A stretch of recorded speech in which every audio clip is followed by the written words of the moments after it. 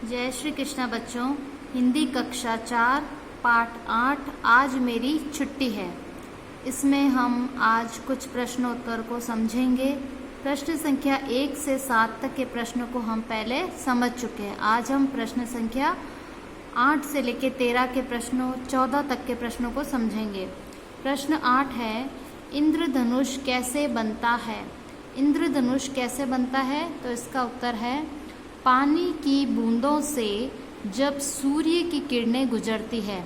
पानी की जो बूंदें होती है उससे जब सूर्य की किरणें गुजरती है तो उसमें से सूर्य के 7 रंग दिखाई देते हैं।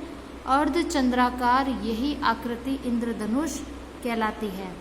जो पानी की बूंदें होती है उन पानी की बूंदों से जब क्या गुजरती है, सूर्य की किरणें, मतलब कि पानी की बूंदों पर सूर्य की किरणें पड़ती है तो उसमें से सूर्य के 7 रंग दिखाई देते हैं। सूर्य की किरणें जब पानी की बूंद पर पड़ती है तब फिर 7 रंग दिखाई देते हैं। अर्धचंद्राकार यही आकृति इंद्रधनुष कहलाती है। अर्धचंद्राकार मतलब आधे चांद की तरह। आकाश में आपने देखा होगा आधा चांद, तो अर्धचंद्राकार यानी आधे चांद की तरह जो ये आकृति बनती है यही इंद्रधनुष कहलाती है।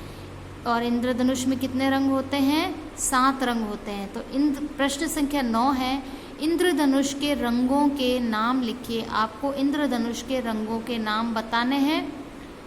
तो इसका उत्तर है, इंद्रधनुष के 7 रंग है। कितने रंग होते हैं? 7। बैंगनी, नीला, आसमानी, हरा, पीला, नारंगी और लाल।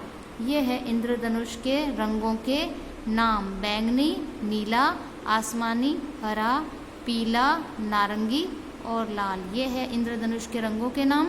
प्रश्न संख्या 10, इंद्रधनुष किस ऋतु में अधिक दिखाई पड़ता है? इंद्रधनुष किस ऋतु में, कौन सी मौसम में, कौन से ऋतु में अधिक दिखाई पड़ता है? तो इंद्रधनुष वर्षा ऋतु में अधिक दिखाई पड़ता है। इंद्रधनुष वर्षा ऋतु यानी जो बारिश का मौसम होता है, वर्षा ऋतु होती है, उसमें अधिक दिखाई पड़ता है। प्रश्न संख्या 11 है, सूर्य ग्रहण कब होता है? सूर्य ग्रहण कब होता है? तो इसका उत्तर है, जब सूर्य और पृथ्वी के बीच चंद्रमा आ जाता है। सूर्य और पृथ्वी के बीच में कौन आ जाता है? चंद्रमा आ जाता है और उसकी परछाई के कारण सूर्य का पूर्ण या कुछ भाग पृथ्वी पर दिखाई नहीं देता है, तब सूर्य ग्रहण होता है। जब सूर्य और पृथ्वी, हम लोग कहाँ रहते हैं? हम पृथ्वी पर रहते हैं।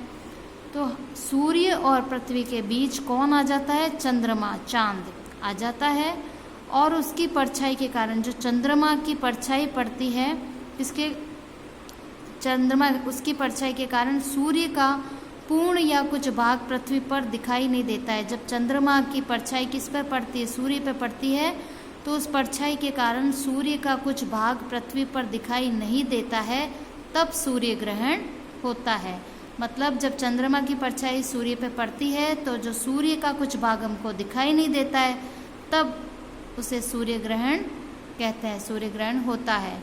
प्रश्न संख्या 12, किसका जल सूखकर भाप बन जाता है? किसका जल सूखता है और फिर भाप बनता है? इसका उत्तर है, तालाबों, नदियों और समुद्र का जल सूखकर भाप बन जाता है। चाहे कुआं हो, बावड़ी हो, पोखर हो, झीलें हो, इन सभी का, तालाब, नदियाँ, समुद्र, सबका जल सूखकर क्या बन जाता है? भाप बन जाता है। निम्न में से सत्य असत्य कथन बताइए। कौन सा कथन सत्य है और कौन सा कथन असत्य है, ये आपको बताना है।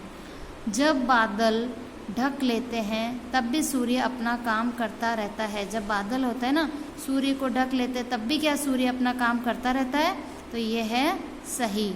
बादल जब आगे आ जाते हैं तो भी सूर्य अपना कार्य करता रहता है। दूसरा है, सूर्य ने 1 दिन की छुट्टी कर ली थी। सूर्य ने 1 दिन की छुट्टी कर ली थी। क्या ये बात सही है? नहीं, ये बात गलत है, असत्य है। सूर्य कभी भी छुट्टी नहीं करते हैं, वो तो अपना कार्य करते रहते हैं। तीसरा है, इंद्रधनुष वर्षा के दिनों में दिखाई पड़ता है। तो इंद्रधनुष क्या बारिश के दिनों में दिखाई पड़ता है? बात सही है या गलत? ये कथन सत्य है, इसलिए अपने सही का निशान लगा दिया। चौथा है इंद्रधनुष में कितने भी रंग हो सकते हैं। क्या ये बात सही है? नहीं, ये बात गलत है, असत्य, क्योंकि इंद्रधनुष में 7 रंग होते हैं। प्रश्न संख्या 14, क्या बादल से ढक जाने पर भी सूर्य छुट्टी कर लेता है? क्या बादल जब ढक लेते हैं, ढक जाने पर भी सूर्य छुट्टी कर लेता है? इसका उत्तर है नहीं। बादल से ढक जाने पर भी सूर्य अपना कार्य करता रहता है। जब बादल आगे आ जाते हैं तो भी सूर्य अपना कार्य करता रहता है, इसलिए हम ये नहीं कह सकते कि सूर्य ने छुट्टी कर ली है। पाठ का नाम यही था, आज मेरी छुट्टी है ना, लेकिन सूर्य देव के सामने कौन आ जाते हैं? बादल आ जाते हैं। तो सूर्य तो अपना कार्य करता रहता है, वो छुट्टी नहीं करते हैं। तो ये प्रश्न आपको समझ में आ गए होंगे। ये प्रश्न संख्या आपको मैंने बताई है 8 से। इंद्रधनुष कैसे बनता है, इसमें इंद्रधनुष के रंगों के नाम, किस ऋतु में अधिक दिखाई देता है, सूर्य ग्रहण कब होता है, फिर ये किसका जल सूखकर भाप बनता है, सत्य असत्य कथन, और क्या बादल से ढक जाने पर भी सूर्य छुट्टी कर लेता है। अच्छे से आपको समझ में आ गया होगा। अब इनको आपको अच्छे से याद करना है।